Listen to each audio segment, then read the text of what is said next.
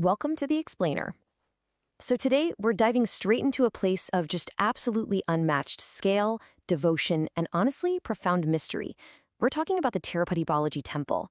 Imagine a spot in India where literally millions of devotees show up daily, where mind-boggling wealth, we're talking mountains of gold and diamonds, is just freely given. And the presiding deity, well, he's not revered as just some stone figure, but as an actual living presence. It's this wild blend of ancient mystical origins and an incredibly complex modern reality. But, before we get swept up in the immense crowds and the sheer wealth of it all, we kind of have to ask a pretty fundamental question. Why did Lord Vishnu, one of the principal deities of Hinduism, actually incarnate on Earth as Venkateswara in the first place? Like, what was the cosmic event that triggered the creation of this massive spiritual center? Well, to really wrap our heads around that question, we first need to grasp the sheer modern-day scale of this place. I mean, we're talking about millions of devotees visiting regularly. People wait for hours, sometimes even days, just for a fleeting few-second glimpse of the deity. And right alongside that intense devotion comes a staggering financial reality. Thousands of crores of rupees in donations flow into this temple every single year. It is literally one of the richest, most powerful religious institutions on the planet. So here's our roadmap for today. We'll start with the divine hook, then move right into the mythological origins. After that, we'll cover the ancient history and Saptagiri, dive into some of the miracles and mysteries, and finally wrap it all up with traditions and modern wealth. All right, let's jump right into section 1, the divine hook, a living god on earth. You see, for millions of people, this isn't just some historical monument. It's the actual residence of a living god.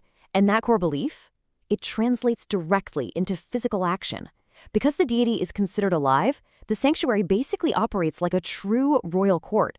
Gold, diamonds, foreign currency, immense wealth flows in daily. Devotees are offering their absolute best to the Lord, seeking blessings and expressing just boundless gratitude.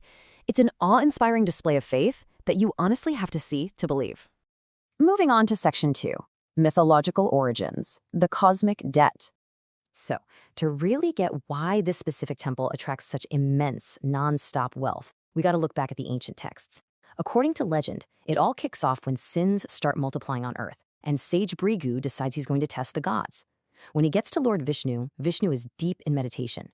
Well, sage Brigu gets annoyed by this apparent lack of attention and actually kicks Vishnu right in the chest. Crazy, right? But instead of getting angry, Vishnu shows profound humility. However, goddess Lakshmi, who resides in Vishnu's chest, was absolutely furious at the insult. She packs up and leaves the celestial realm for Earth. Searching for her, Lord Vishnu follows her down, begins meditating on the Tirumala hills, and becomes known as Lord Venkateswara. Eventually, he decides to marry the goddess Padmavati. But, and here's the catch, to fund this massive, grand divine wedding, he had to take out an astronomical loan from Kubera, the god of wealth.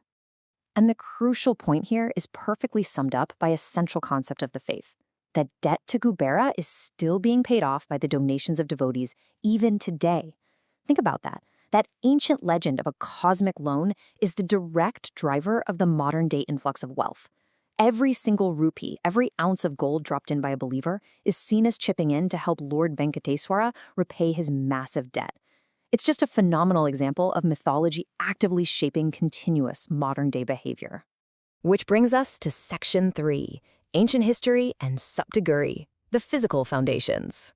Now, stepping beyond the cosmic tales for a second, this temple has a deeply documented historical footprint spanning centuries. The origins of Tirupati actually trace back roughly 1,500 to 2,000 years. So yeah, it definitely wasn't built in a day. It was continuously expanded by some of the most powerful dynasties of ancient South India. The Pallava and Chola empires contributed heavily to its magnificent architecture.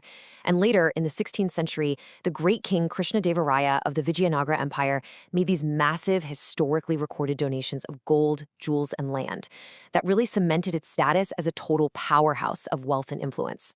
And this history perfectly illustrates how geography and faith just completely intertwine here.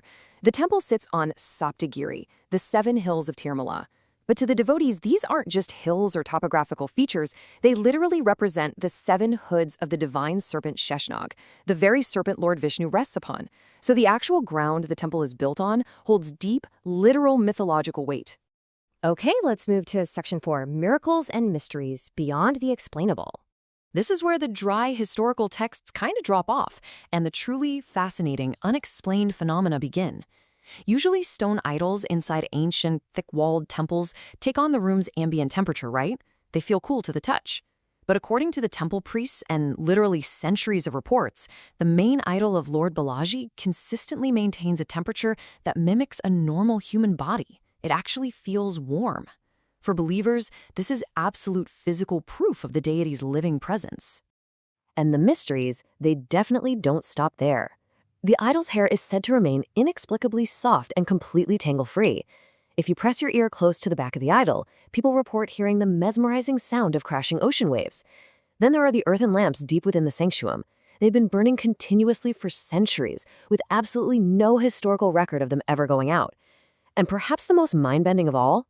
Every Thursday, when the deity is adorned with sandalwood paste, believers claim the distinct figure of goddess Lakshmi naturally forms in the paste when it's removed. These sensory, totally unexplainable elements create this incredibly deeply mystical atmosphere.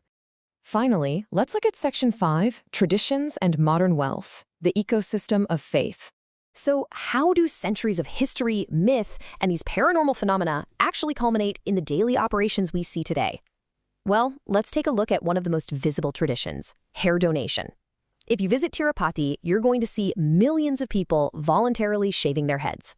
And this practice goes straight back to a legend where the Lord suffered a head injury, losing some of his hair. Witnessing this, a devoted legendary princess didn't hesitate. She immediately cut her own beautiful hair and offered it to heal his wound. Deeply moved by that sacrifice, the Lord made a profound promise. Whoever donates their hair, their wishes will be fulfilled. That single legendary promise is the real emotional and spiritual catalyst for millions of devotees eagerly parting with their hair today. It's this powerful symbol of shedding ego and vanity. Now, managing all of this devotion, that requires a monumental, highly modern ecosystem. Gold, cash, precious diamonds, huge stacks of foreign currency, all of it is efficiently processed, tightly guarded, and utilized every single day by a dedicated administrative body called the Tirumala Tirupati Devasatnams, or the TTD. They manage thousands of crores, ensuring the smooth flow of millions of pilgrims, feeding massive crowds, and maintaining this vast temple infrastructure.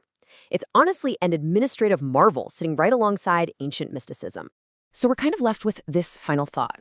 When faith manifests as reported physical miracles, non-stop, centuries-old rituals, and just an unmatched outpouring of devotion and wealth, is Tirupati Balaji really just a temple, or is it a living, breathing experience? Well, for the millions who make the journey, the answer is crystal clear.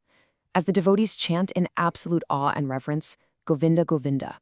Thanks so much for joining me on this explainer.